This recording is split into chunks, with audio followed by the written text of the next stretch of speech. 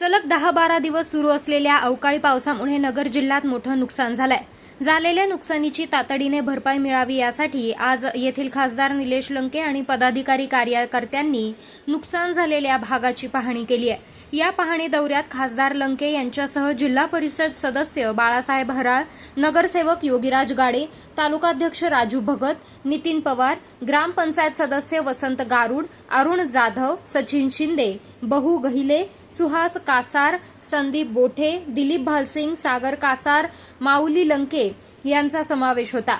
वाळकीतील गंगाराम जुंद्रे आणि परसराम जुंद्रे यांच्या 25 गायी आणि 40 शेळ्या वाहून गेल्या।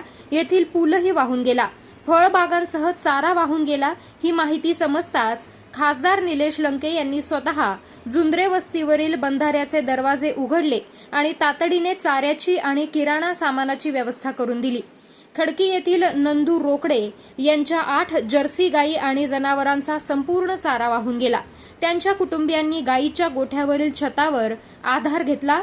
खडकी येथील दीपक सयाजी कोठुळे आणि संतोष सयाजी कोठुळे या बंधूंनी लाईटच्या खांबांचा आधार घेत जीव वाचवला।